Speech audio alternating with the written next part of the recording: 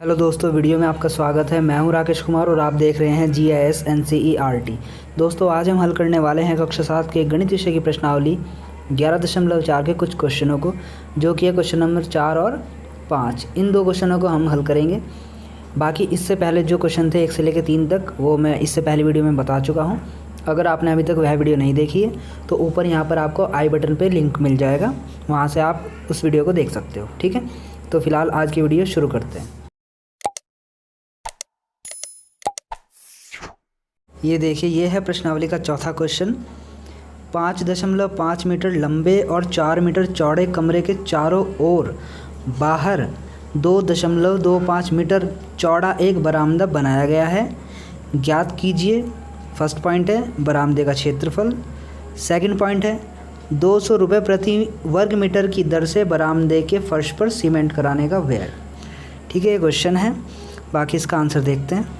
ये देखिए, चौथे क्वेश्चन का आंसर है, जैसा कि क्वेश्चन में कहा गया है कि एक कमरा है, इस कमरे की लंबाई है 5.5 मीटर और चौड़ाई है 4 मीटर, और इस कमरे के बाहर की साइड जो है बरामदा बना हुआ है। ये जैसा आप देख सकते हैं, बाहर की ओर बरामदा एक बना हुआ है। ठीक है, इस बरामदे की जो चौड़ाई है वो है 2.25 मीटर।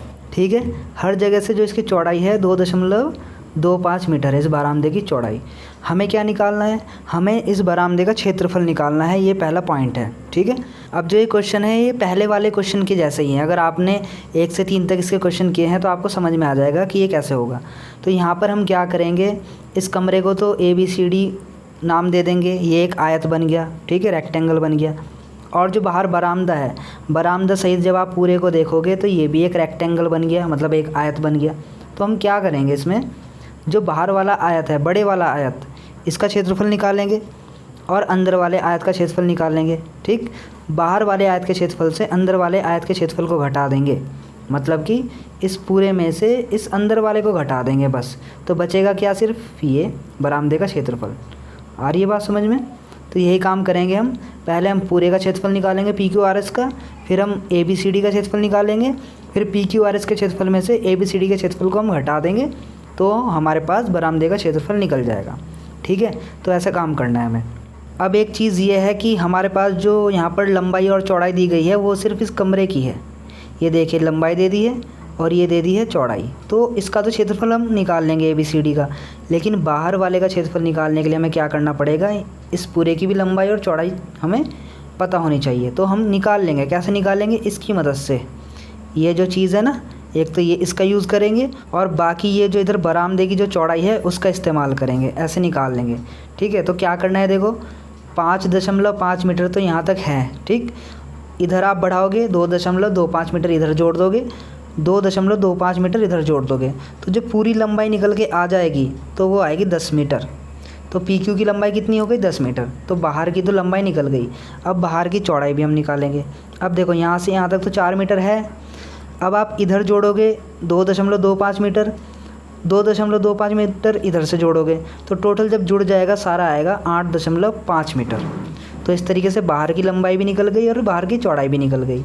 ठीक है, अब हम आसानी से बाहर वाले आयत का क्षेत्रफल निकाल लेंगे, अंदर वाले आयत का क्षेत्रफल निकाल लेंगे, और बड़े वाले आयत के क्षेत्रफल में से जो अंदर छोटे वाला आयत है, यानी कि ये जो घर है, इसका क्षेत्रफल घटा देंगे, तो हमारे पास सिर्फ ये रह जाएगा बरामदे का क्षेत्रफल। यही हमें निकालना है। पहला पॉइंट तो यही काम करना है हमें। ठीक है, तो चलिए अब आगे समझिए इसको। ये देखिए, फर्स्ट पॉइंट PQ दिया हुआ है हमें 10 मीटर, QR दिया है 8.5 मीटर, ये हमने निकाल। तो इस तरीके से अब हम इस PQRS का एरिया निकाल लेंगे, क्षेत्रफल निकाल लेंगे। ठीक है, तो इसको हम ऐसे लिखेंगे AR, इसका मतलब होता है एरिया, और ब्रैकेट में PQRS लिखने का मतलब हुआ एरिया ऑफ PQRS, यानी कि इस PQRS का क्षेत्रफल। तो क्योंकि ये आयत है, आयत का क्षेत्रफल क्या होता है? लंबाई गुणा चौड़ाई। लंबाई क्या है? PQ, चौड़ाई क्या है? QR। तो लंबाई गुणा चौड़ाई PQ गुणा QR, ये हमने लिख दिया। अब यहाँ पर बस वैल्यू रखनी है आपको। PQ की वैल्यू कितनी है? 10 मीटर, ये रख दिया। QR की वैल्यू कितनी है? 8.5 मीटर, ये रख दिया। गुणा कर लेंगे इनकी तो आएगा 85 वर्ग मीटर। ठीक है, तो जो बड़े वाला आयत है, ये बाहर वाला, इसका तो हमने क्षेत्रफल निकाल दिया है, जो कि आया है 85 वर्ग मीटर। अब हम बात करेंगे अंदर वाले आयत की, इसकी बात करेंगे हम अंदर वाले आयत की। ठीक है, अब देखिए, अंदर वाले आयत की जो लंबाई है AB 5.5 मीटर दी हुई है और BC 4 मीटर दी हुई है, ये हमने लिख लिया। अब सीधा सीधा इसका क्षेत्रफल निकालेंगे तो हम ऐसे लिखेंगे इसको, एरिया ऑफ ABCD यानी कि ABCD का क्षेत्रफल, लंबाई गुणा चौड़ाई, लंबाई है 5.5 मीटर, चौड़ाई है 4 मीटर, गुणा करेंगे तो आएगा 22 वर्ग मीटर। तो अब देखो दोनों का क्षेत्रफल निकल गया, बाहर वाले आयत का क्षेत्रफल भी निकल गया, अंदर वाले आयत का क्षेत्रफल भी निकल गया। अब क्या करेंगे, बाहर वाले आयत के क्षेत्रफल में से अंदर वाले आयत के क्षेत्रफल को घटा देंगे तो बरामदे का क्षेत्रफल निकल जाएगा। ठीक है, तो अब यही काम करना है। ये देखिए, इसलिए बरामदे का क्षेत्रफल एरिया ऑफ PQRS यानी कि जो बड़े वाला आयत है उसका क्षेत्रफल, माइनस कर रहे हैं इसमें से एरिया ऑफ ABCD यानी कि जो छोटे वाला आयत है यानी कि जो कमरा है उसका क्षेत्रफल को माइनस कर रहे हैं। तो PQRS का एरिया क्या निकला था, क्षेत्रफल क्या निकला था 85, ABCD का कितना निकला था 22, घटाएंगे तो आएगा 63 वर्ग मीटर। तो यानी कि ये क्या है, बरामदे का क्षेत्रफल कितना है 63 वर्ग मीटर। निकल गया बरामदे का क्षेत्रफल, एक काम हो चुका है। अब सेकंड जो पॉइंट पूछा था क्वेश्चन के अंदर वो ये था कि जो बरामदा हमारे पास आ गया है निकल के, बरामदे का जो भी क्षेत्रफल है उस बरामदे में हमें क्या करना है, फर्श पर सीमेंट कराना है। बरामदे का जो फर्श है उस पर क्या करना है, सीमेंट कराना है। तो सीमेंट कराने का खर्चा बताना है कितना होगा। अब सीमेंट कराने का खर्चा किस दर से है वो भी क्वेश्चन में दिया हुआ है। क्वेश्चन में कहा है कि 200 रुपये प्रति वर्ग मीटर की दर से, यानी कि 1 वर्ग मीटर पे 200 रुपये का खर्चा आएगा। तो 200 रुपये प्रति वर्ग मीटर की दर से बरामदे के फर्श पर सीमेंट कराने का व्यय, तो सीधी सी बात है प्रति वर्ग मीटर यानी कि 1 मीटर पे 200 रुपये का खर्चा है। तो बरामदे का क्षेत्रफल कितना है 63 वर्ग मीटर, तो 63 वर्ग मीटर पे कितना खर्चा आएगा 200 से गुणा कर देंगे। ठीक है, तो सीधा सीधा आप क्या करोगे, 200 से 63 की गुणा कर दोगे तो आएगा 12,600 रुपया। ठीक, तो यानी कि इसका मतलब हुआ कि 200 रुपये प्रति वर्ग मीटर की दर से बरामदे के फर्श पर सीमेंट कराने का व्यय कितना निकल के आया है 12,600 रुपये। ठीक है, तो इस तरीके से करना है, बहुत ही आसान है। अगर क्वेश्चन में कहता कि 20 रुपये प्रति मीटर वर्ग की दर से बताओ कितना खर्चा आएगा तो 20 से गुणा करते, 30 रुपये प्रति वर्ग मीटर की दर से कहता है 30 से गुणा करते। ठीक है, ये वाला हिसाब है, ये ध्यान रखना है, क्योंकि हमें यहाँ पे 200 रुपये प्रति वर्ग मीटर की दर से कहा है तो 200 से गुणा करा। तो ऐसे आप व्यय निकाल सकते हो, खर्च निकाल सकते हो। ठीक है, तो ये इसका चौथा क्वेश्चन हो गया है। अब देखते हैं इसका अगला क्वेश्चन। अब देखिए इस प्रश्नावली का 5वां क्वेश्चन है, 30 मीटर भुजा वाले एक वर्गाकार बगीचे की परिसीमा से लगा भीतर की ओर 1 मीटर चौड़ा पथ बना हुआ है, ज्ञात कीजिए। पहला पॉइंट है पथ का क्षेत्रफल। दूसरा पॉइंट है 40 रुपये प्रति वर्ग मीटर की दर से बगीचे के शेष भाग पर घास लगवाने का व्यय। ठीक है, ये क्वेश्चन है, इसका आंसर समझिए। ये देखिए 5वें क्वेश्चन का आंसर है। क्वेश्चन में कहा है कि एक हमारे पास वर्गाकार बगीचा है, ये पूरा ना बगीचा है एक। ठीक, इस बगीचे में ना अंदर की साइड 1 मीटर चौड़ा रास्ता बना हुआ है हर जगह से, यहाँ से भी 1 मीटर चौड़ा रास्ता है, इधर भी, ये पूरा एक रास्ता बना हुआ है जो कि 1-1 मीटर चौड़ा है। ठीक है, मतलब इसकी जो चौड़ाई है 1 मीटर है। अब इस रास्ते के अलावा अंदर का एरिया ये बचा हुआ है। ठीक, ये नई चीज़ बन के आती है अंदर। अब देखो ध्यान से, इस बगीचे की जो भुजा दी गई है 30 मीटर है। अब क्योंकि ये वर्गाकार है तो हर जगह 30-30 मीटर की भुजा होगी इसकी। ठीक है, अब यहाँ पर इस रास्ते की वजह से जो अंदर एक और वर्गाकार शेष भाग बचता है, ठीक है, हमें इसकी भी भुजा पता होनी चाहिए, क्योंकि हमें काम क्या करना है, हमें निकालना है इस पथ का क्षेत्रफल। पथ का क्षेत्रफल तो अब तभी निकलेगा जब ये बाहर वाला वर्ग है इसके क्षेत्रफल में से इस अंदर वाले वर्ग के क्षेत्रफल को आप घटाओगे तो ये पथ का क्षेत्रफल निकल जाएगा। वही वाला काम होना है इसके अंदर। ठीक है, जो अभी हमने किया है। तो इसके लिए हमें इस अंदर वाले वर्ग की भुजा भी पता होनी ज़रूरी है, जो कि क्वेश्चन में दी नहीं गई है, बट हम निकाल लेंगे। कैसे निकालेंगे, देखो ये देखिए, हमें बाहर वाले वर्ग की भुजा दी हुई है 30 मीटर। ठीक, अब ये देखो, जब हमें ये वाली भुजा निकालनी है तो हम क्या करेंगे, ये वाली भुजा बाहर वाली भुजा से कितनी छोटी है, 1 मीटर इधर से कम है, 1 मीटर इधर से कम है, यानी कि 2 मीटर कम कर दिया आपने।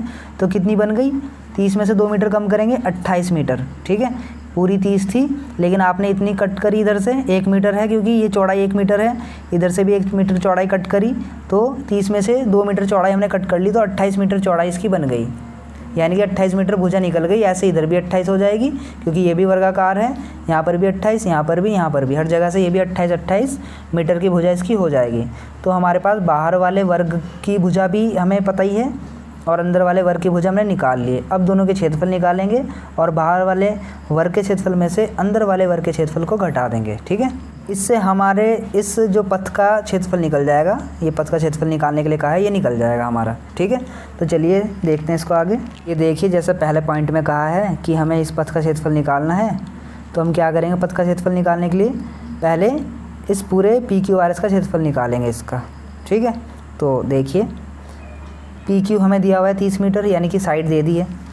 तो अब PQRS का एरिया निकालो, एरिया ऑफ PQRS। क्योंकि ये वर्ग है तो वर्ग का जो क्षेत्रफल होता है, एरिया का जो फॉर्मूला होता है, क्या होता है, भुजा गुना भुजा। यानी भुजा क्या है, PQ गुना PQ, या PQ का स्क्वायर लिख दो आप, एक ही बात है। ठीक है, तो मैंने यहाँ पे स्क्वायर भी दिखा रखा है और वैसे भी दिखा दिया, आपको जो अच्छा लगे वो कर लेना, चाहे तो स्क्वायर दिखा देना या PQ गुना PQ कर लेना। अब क्योंकि मैंने यहाँ पे स्क्वायर दिखा दिया तो PQ की वैल्यू कितनी है, 30, तो अंदर ब्रैकेट में 30 रख दिया, इसका स्क्वायर कर दिया। 30 का स्क्वायर करोगे आएगा 900 वर्ग मीटर। तो ये तो निकल गया बाहर वाले वर्ग का क्षेत्रफल। अब अंदर वाले वर्ग का क्षेत्रफल निकालना है। ठीक, उसके लिए अंदर वाले वर्ग की भुजा होनी ज़रूरी है हमारे पास। तो ये रही अंदर वाले वर्ग की भुजा, AB 28 मीटर। तो एरिया ऑफ ABCD निकालोगे, AB का स्क्वायर कर लो या AB गुना AB लिख लो, एक ही बात है। वैल्यू रख दो AB की 28, इसका स्क्वायर दिखा दो, स्क्वायर करोगे तो 784 वर्ग मीटर निकल गया। तो दोनों का क्षेत्रफल निकल गया। अब क्या करना है आपको, पथ का क्षेत्रफल निकालना है, तो लिख दो। इसलिए पथ का क्षेत्रफल कैसे निकलेगा, जो बाहर वाला वर्ग था, यानी कि एरिया ऑफ PQRS, बाहर वाले वर्ग का क्षेत्रफल में से माइनस करोगे एरिया ऑफ ABCD, यानी कि अंदर वाले वर्ग के क्षेत्रफल को। बाहर वाले वर्ग का क्षेत्रफल है 900 वर्ग मीटर, अंदर वाले वर्ग का क्षेत्रफल है 784 वर्ग मीटर। घटा दोगे तो आएगा 116 वर्ग मीटर। तो ये तो निकल गया हमारे पथ का क्षेत्रफल। ठीक है, एक काम तो ये हो चुका। अब जो इसका सेकंड पॉइंट है, सेकंड पॉइंट में कहा था कि अब जो शेष भाग बच गया है, पथ वगैरह को निकाल दो, तो शेष भाग क्या बचा, ये बचा है बगीचे का शेष भाग। पथ को निकाल दोगे तो बाकी भाग क्या बच गया, अंदर वाला। ये जो शेष भाग बच गया है, ये वाला, इस शेष भाग पर घास उगानी है। तो घास उगाने का खर्चा बताना है कि कितना खर्चा इसमें होगा। ठीक है, तो ये देखिए सेकंड पॉइंट, क्वेश्चन में कहा हुआ है कि 40 रुपये प्रति वर्ग मीटर की दर से बगीचे के शेष भाग पर घास लगवाने का व्यय बताना है। अब 40 रुपये के हिसाब से हो रहा है तो 40 से गुणा करोगे आप।